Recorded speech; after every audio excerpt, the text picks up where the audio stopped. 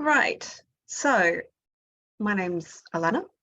Many of you have met me before, obviously, over the weekend. I'm CCF's manager.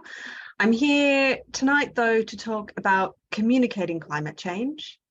And so it's interestingly, in a way, it will be a bit of an extension of what we've just been talking about with behaviour change, except, communicating is not just about behaviour change. It can be about just making a poster or writing an event listing. There are all sorts of different ways that we communicate, and how we do it can have a really big impact, I think, on the effectiveness of what we're trying to do.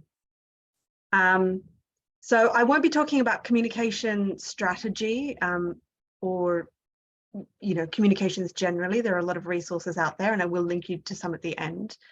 I'll be focusing primarily on audience, so understanding your audience, identifying your audience, and then what are some effective and evidence-based strategies for connecting with your audience about climate change.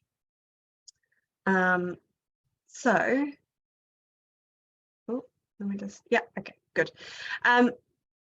This will be based, as I said, on sort of evidence-based research, but research which I have applied in my time at CCF. So I've been with CCF for over 10 years now. I've worked across, basically all of the projects that you can see there in some way, shape or form. But that is just to say that, this is coming from my experience as a practitioner in this, but not necessarily as someone who is a researcher. That said, I will be using examples from CCF to sort of illustrate what the evidence actually says, and we'll have some examples at the end which we can actually sort of dissect together and have a look at what's working and maybe also what's not working as well, because we're a practitioner, we're not perfect, we don't always get it right either. Okay, so I want to jump in, and I'm going to jump in at the deep end. If I can advance my slides. There we go. We're going to be talking about effective communication, and that it's not just what we're saying, but how we're saying it that's important. And as I said, jumping in with an example which is perhaps a little bit controversial, but talking about the sustainable travel zone. So yeah, I'm seeing laughter, I'm seeing smiles. This is something that I'm sure we've all come across, and probably we all have different feelings and thoughts about it. But I think it's a really, really interesting example when you're looking at how what we say matters when it comes to, not just what we say, but how we say it, how we say things matters. So what you're seeing up on screen there are some of the communication materials from the GCP, from their Making Connections report. So this is what they launched with. And they say, have your say on proposals for faster, cheaper, more reliable bus services and safer cycling through the introduction of a sustainable travel zone. So what they're obviously focusing in on there is the kind of desired outcome, which they had identified from community consultation already, that people want better transport. That is the vision that we want to see, is more reliable bus services. But that is not, as we know, what the conversation ended up being. The conversation ended up being about the congestion charge. And, I catch myself saying this. I know that the official term for this is the sustainable travel zone, but I find myself talking about the congestion zone. It's very, very sticky, because it hones in on something that everyone is quite concerned about at the moment, which is money. We are in a cost of living crisis. And I particularly liked this formulation that you can see in the blue down there, where they actually put pound signs into the logo.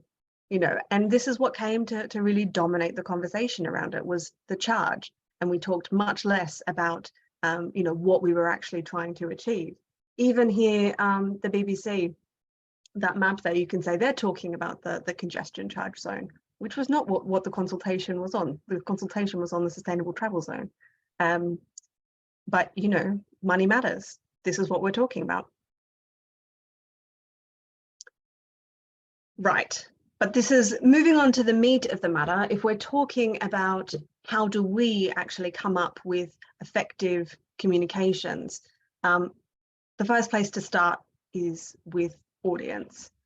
I mean, I think this is something that actually, you know, all of us here will know intuitively. So I won't spend too long on sort of talking about this, because none of us would go into a school and deliver the same presentation on energy efficiency to high school students that we would go and deliver to a parish council. You know, we know that these are different audiences with different interests, different motivations, different capabilities to act. All of those things that we're talking about with behavior change, you know, it applies to our audiences. So different people have different concerns. And when we tune into those interests and motivations, the more effectively we'll be able to communicate with them. So I'm going to now talk through some insights from a very particular report. So this report is the Rural Attitudes to Climate Change report from Climate Outreach. And are people here familiar with Climate Outreach at all? Give me like a wave of your hands if you're familiar with Climate Outreach. I've got Helen. Helen's familiar. Okay, so most of the insights that I will be sharing, the sort of evidence-based insights, will be from Climate Outreach in some way, shape or form. They are a fantastic organization dedicated to doing the research to provide evidence-based tactics for communicating with people about climate change generally, but also about specific topics. So they have some great reports around, you know, energy, normalizing low carbon lifestyles, all sorts of different things. So highly worth checking them out. But so this report that I'm going to talk through now is on rural attitudes to climate change. The principles that they talk about will be appropriate across the board, but you will need to kind of hone in on your particular audiences that you're communicating with to decide whether the specifics are right for you. The one thing that I really want to kind of get into, though, is this idea of kind of rural, and is this going to be appropriate for our audiences? And the answer is maybe yes, maybe no. So overall, South Cambs is largely rural. So over 50% of people in South Cambs live in rural areas, or what they call rural related town hubs. So they have these fun classifications. And when you're talking about these classifications, these are based on populations and settlement patterns, not necessarily on how much countryside there is. So authorities that are classified as urban, for example, may have wide areas of countryside and may have sizable rural populations, and vice versa. So it's not, it can be quite mixed. And so in the map in the top right-hand corner there, I've tried to kind of zoom in on South Cambs to give you a bit more of a picture, but there's not great quality there. But you can see that Cambridge City is blue, so that's definitely urban. As you get further out, you can see that there are areas classified as urban. There are rural towns, rural villages, rural hamlets, but it's quite a mixed picture. So you might find that some of these insights will fit some of your audience and some of them won't. But I do think that the principles that they talk about are useful, because I think some of the insights that they have you might actually find surprising. And towards the end of my presentation, I'll talk about some more general principles around communicating that might be useful. Okay, but so getting into the meat of the matter with rural audiences, I think this is a bit of a surprise for some people. Rural citizens are worried about environmental issues, and across the board. So, you know, if you're looking down the left there, you can see that rural Conservatives, Labours, Lib Dem supporters across the board, concern about climate change is actually quite high.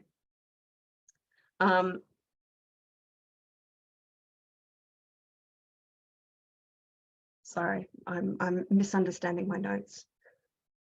I think the reason why that I really want to draw your attention to this is that when you're designing your comms, I think it's really important to recognize the efforts that people are already taking, and to, not to assume that they don't care, or that they aren't worried, or they're not ready or willing to do something, because if that's the point you're starting at, then yeah, you're going to miss the boat.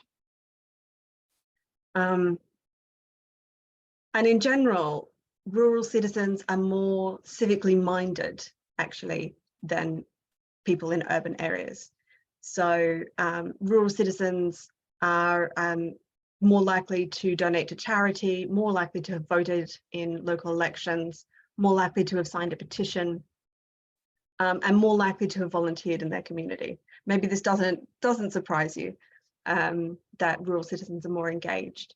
But they're also more likely to think that we're already feeling the effects of climate change. Maybe that's actually because we have more nature in our lives when we're in rural areas compared to urban areas.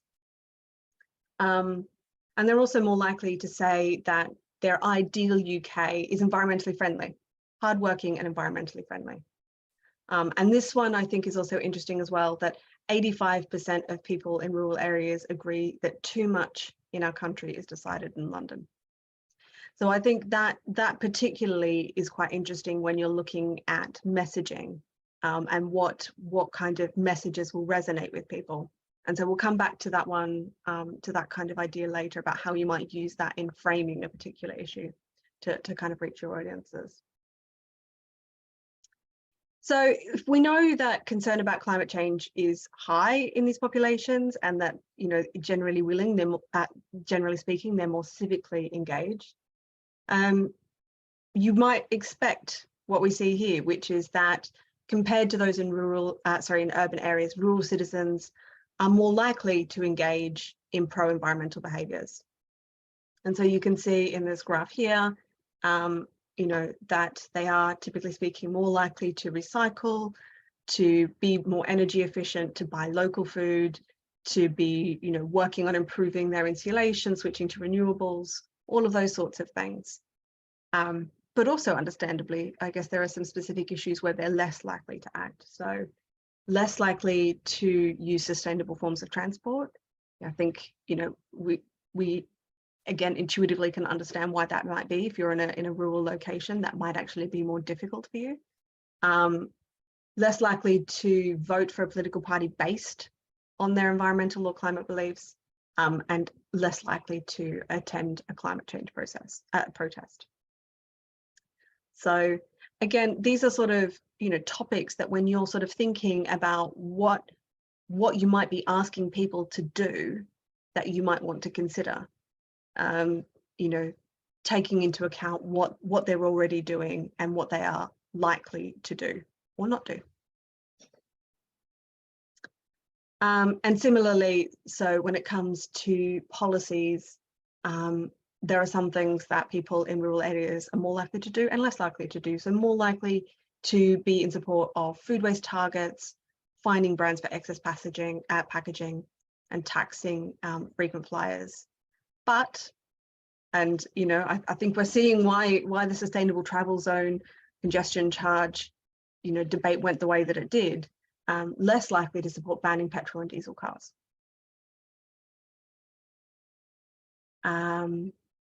Yes, so 45% of rural citizens are very or somewhat worried that tackling climate change means that they won't be able to drive their cars. Some are concerned about extra costs to daily life. It's a bit of a recurring theme, unfortunately. That said, in rural areas, support for renewables is high and actually trending higher over time. So there's significant support. 75% of rural citizens think that cutting carbon emissions is an opportunity to create new jobs, so particularly in the clean energy industry. And the support for fracking and other high carbon industries is decreasing, and decreasing, even in areas where there is high employment in oil and gas. So interestingly, conservatism is not necessarily associated with lower support for renewable energy. I think it's interesting to kind of recognize that you know, the sort of party divides are not always what we necessarily think.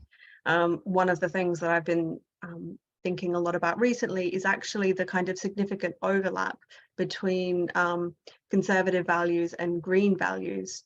You know, conservative values are quite often about, you know, preservation.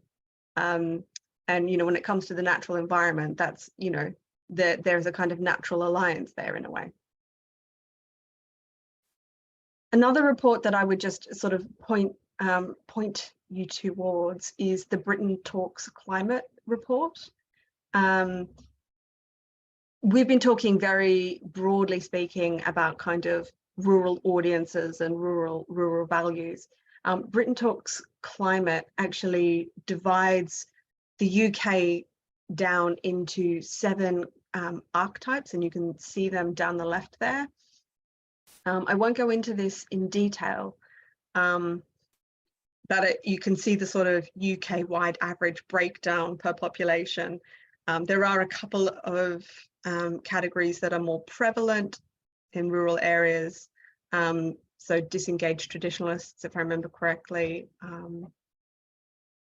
and backbone conservatives. I think it's those two. It's a really interesting report, and it gives you ways for speaking to all 7 of those different audiences.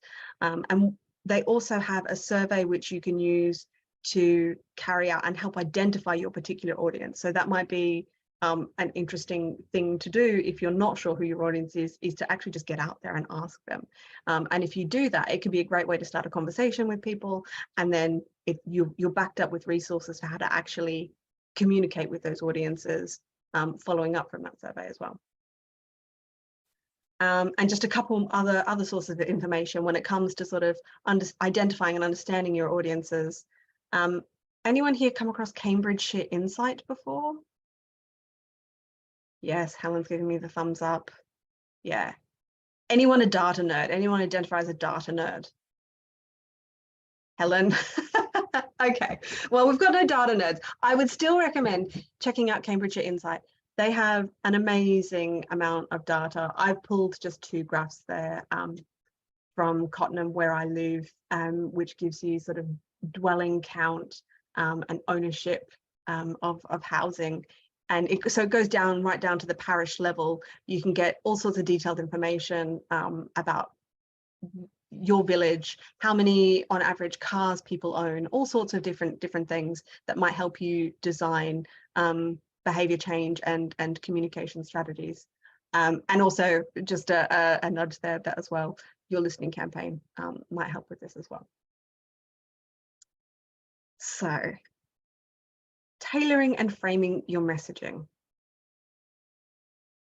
We've talked a lot about audience, and that's because that, as I mentioned at the top, is the first place to start. You want to resonate with your audience. That starts with, first of all, as we've said, understanding them, but then using that to connect with them using language that works for them, using trusted, credible communicators where you can, and making what you do personally relevant and familiar. So I've got a picture on the left there of a project that we run, Open Eco Homes. So it's a project where we open up homes which have been retrofitted or built to be more energy efficient and sustainable, but it's not CCF opening up these homes. So we get the homeowners to write a case study of what they've done, detailing everything they've done, how much it costs them, how much carbon it saved them, and all of the suppliers. And then they actually run the tours. So they take people around their homes and show them around. And we do that because it's one homeowner speaking to another homeowner. It's not someone trying to sell anything. It's not even an expert, you know, it's one peer talking to another. And that's, from a behavior change point of view, from a communication point of view, that's a really strong starting point.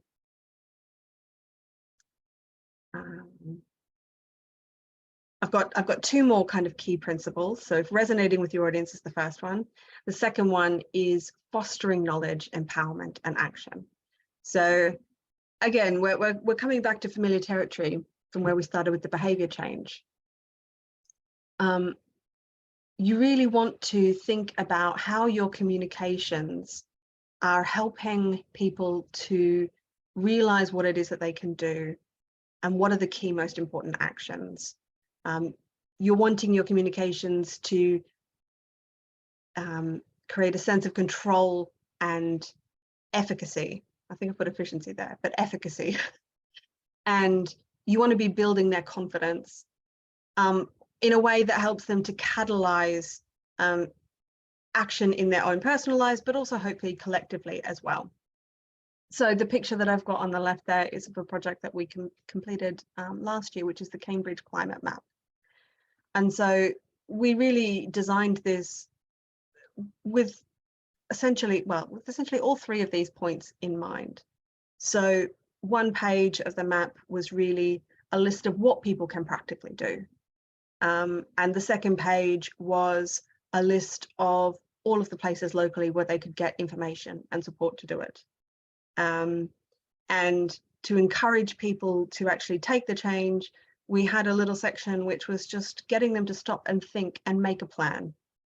I mean, really simple, basic things that I think probably we all know, but actually just thinking it through logically and putting it together as a package, I think does really make a difference when you start with that intention. I think there's a temptation, and I still find myself doing it, where you think, okay, this is everything that I need to know, and I've just got to get it out and tell the other person. But we've all been lectured to, and nobody likes it. So flipping it around and thinking, okay, what is it that they need to know, and how can I make it easy for them to get that information and to do something about it. And I think it's easier said than done, to be honest. And the third sort of key critical thing that I would think about, and I was nodding along at the beginning, Helena, because I think you and I are on the same page here, but it's creating fun and engaging communications. Just like no one wants to be lectured at, like no one is going to pick up something and read it if it's boring, or no one's going to, Nicole said this last week, like no one wants to come out, if it's not going to be fun.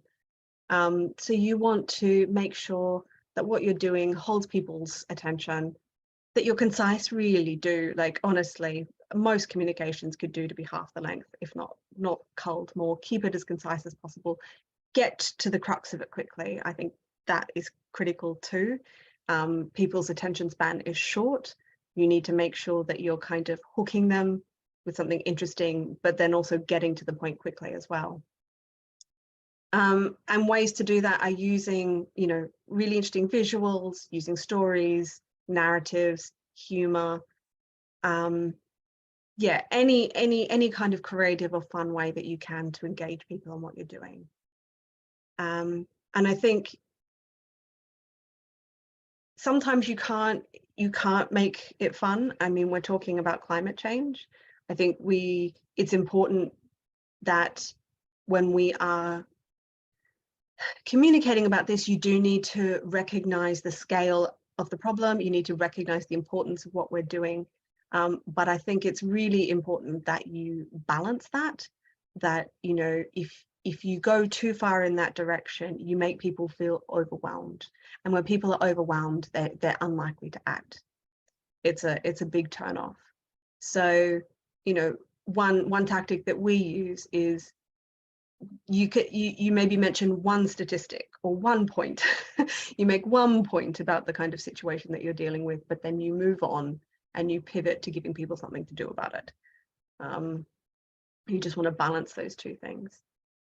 And where possible, you want to keep your communications two-way. I've said this twice already, but no one likes being lectured at. So the more that you can make it a two-way conversation, the better. If you're learning together, that is, better than, just sort of lecturing at people. And if you're talking with people, you're hopefully also avoiding preaching. There is nothing which is going to turn people off more than feeling like they're being preached at, or that, you know, you're coming from on high, that you do all of the right things. I think that is probably really, really critical. I think a lot of people avoid speaking out about climate change because they feel like they have to be perfect. So the more that you can speak on a level with people and be very honest about, you know, the realities, the good and the bad, I think that's much more effective. And one thing, a phrase that I quite like to remember, which is kind of evocative of this kind of learning together, is tell me, I'll forget, show me, I'll remember, involve me, I'll understand. Yeah, I think that is so true.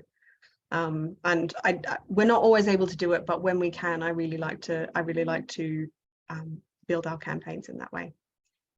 And I don't really have any project behind the image on the left there, but I just love it as a really captivating image. It's just really fun. It just shows lots of people. I think it's just a really fun image.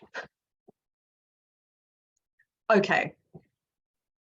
This is a lot of information. I don't want to spend too much time on it because I really want to get into kind of dissecting an example together, because I think that will be more helpful. But this is again drawn from the Rural Values project from Climate Outreach. And the key principles, I will just quickly run through the key principles on the left there. So, you know, connecting with universal values. And I think when it comes to the audiences that most of you will come across, things like reducing waste. Everybody hates waste. It's a really easy one. Protecting future generations, creating a healthy society. You know, coming back to what we were talking about earlier, energy. So clean energy, I think, is something that most people connect with as well. Tapping into local pride and identity. So I think, you know, during COVID, there was a lot of talk about local resilience and about communities pulling together. I mean, I think that sense has been a little bit damaged, but I do still think that is something which resonates with most people. Tapping into a sense of stewardship and shared responsibility to protect the environment. So talking, you know, earlier as I was about those kind of conservative values and those kind of overlap with green values. I think this also comes in quite a lot with religious groups as well, that kind of sense of stewardship. So that could be, you know, those words that I've listed there, like duty, tradition, security, safety, restoring, rebuilding. Those might be words that you would want to build into your communications when you were talking with those audiences. And yeah, emphasizing stability. So, you know, how changes being made help to maintain security and preserve what people value. You know, I think if in building a future, a sustainable future, we don't want to lose the things that we value from the past. And that's again, for audiences concerned with tradition and, you know, conserving, making sure that you aren't being too radical in your language is going to be quite important. And yeah, I've sort of come to that again in the final point. So stressing the continuity between the past and the future can be a good way to speak to different audiences. And again, I won't go into this too much, but this is another great resource that I would draw on. So the Climate Visuals Project. The key print, I'll just mention a couple of them that I think are particularly important. So the first one, show real people. This is really critical. The more that you can show people, and show people who are like the audience that you're trying to connect with, actually doing the thing. You know, it's one thing to show a heat pump. That's great. You're showing the solution. That's fantastic. Better if you can show someone with the heat pump. So, you know, if you've got a picture of someone pointing to the heat pump, great. Better again, if you've got a homeowner sort of explaining the heat pump to someone. Those are the visuals which connect best with people, is when you have people interacting with whatever it is that you're trying to show. So what I'm trying to say is not staged photo ops. Where possible, avoid staged photo ops. They don't connect as well as real people doing real things. News stories is an obvious one. Things that are fresh. If you're showing an image of a polar bear, it's probably not going to switch people onto what you're doing, because we're kind of used to that. You want to show something that's kind of as possible new or exciting. And another one is local. Where possible, collect images which are local to your audience, you know, things that they know that represent where they're from. That's going to connect with them better than something which is more remote. Okay, finally, we're getting down to some examples for discussion. This is probably one of my favorite projects that I've worked on. So this was from actually back in 2015, and it was the World War II Rationing Challenge. And so what we did was we set a challenge to people to eat a low carbon and low waste ration style diet for anywhere between 1 week and a month. And so it tied in with, in 2015, there were VE Day commemorations. And so the Cambridge County Council actually gave us just a little bit of funding to help run this project. So you can see on the left there, that's a kind of excerpt from our webpage. And on the right there in the middle, you've got the kind of the list of information that we had there, and the option for people to download or to order one of our ration booklets. So I don't know if you can see up the top there, that's actually a ration booklet that we designed. So we took the design of the original ration booklet and we updated it. And so we put in a whole host of information about, you know, what rationing actually was. But we also explained to people that, you know, rationing was also a very sustainable diet.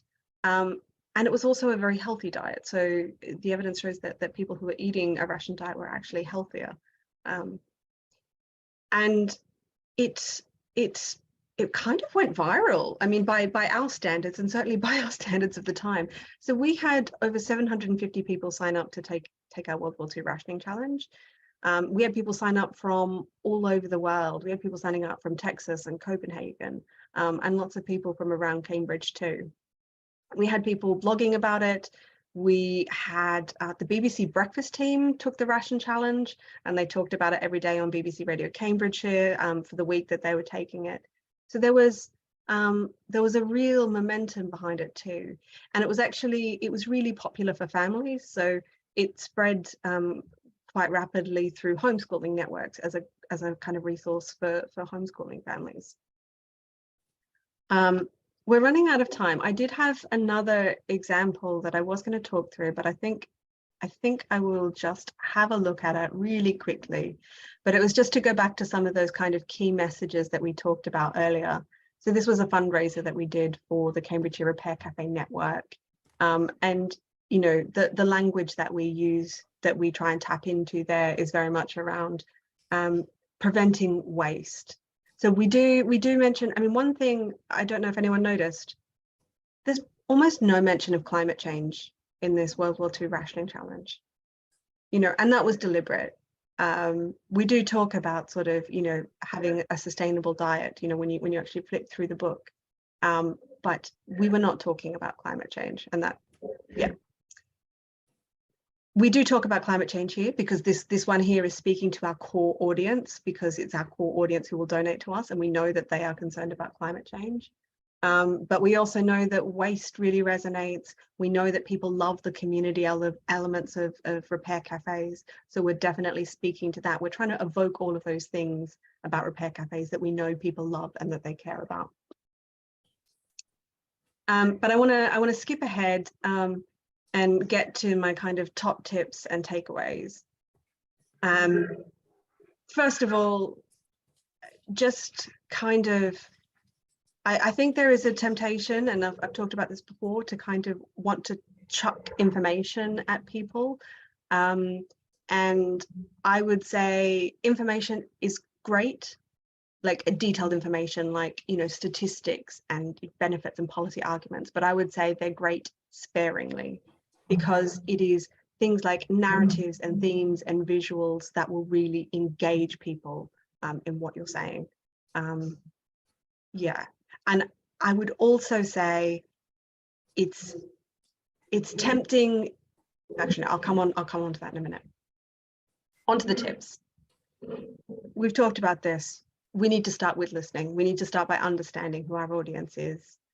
But it's also really helpful, as I mentioned, to speak personally. So speak from the heart, speak on a level with people about the goods and the bads. Tell stories. You know, we watch movies and we read books because stories are engaging.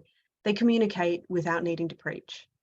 And where possible, make it tangible and make it really vivid for people. You know, if you're talking about decentralized energy, for example, give them a local case study to illustrate it. Help bring it alive. Help them envisage what that might actually look like. Yes, so speak in positives, not negatives. I think this is important. If you want to, if you speak in the negative term about something, you're only going to reinforce the negative. So if you're talking about, you know, fossil fuels and we want to get away from fossil fuels, people are going to walk away from that conversation being like, oh, we talked about fossil fuels. But if you spend your time talking to them about, oh, I really want, like, I have this great idea for a sustainable future for our village, and, you know, we could have bike racks outside the shop, and we could, you know, have great bus links. Like, you know, those are the things that people are going to go away thinking about. So I think it's really important not to just be combative in the communications that we put out there, but actually set up positive visions for what we want. Be aware of the context and being timely. I mean, we saw that with the ration challenge. I think, you know, we were lucky in some ways that the timing sort of worked for us. Yeah, making sure that we're addressing everyday concerns and avoiding technical jargon, or at the very least, if you're using it, make sure that you're explaining it. And I think that's about it. I mean, I think I've sort of banged these drums enough.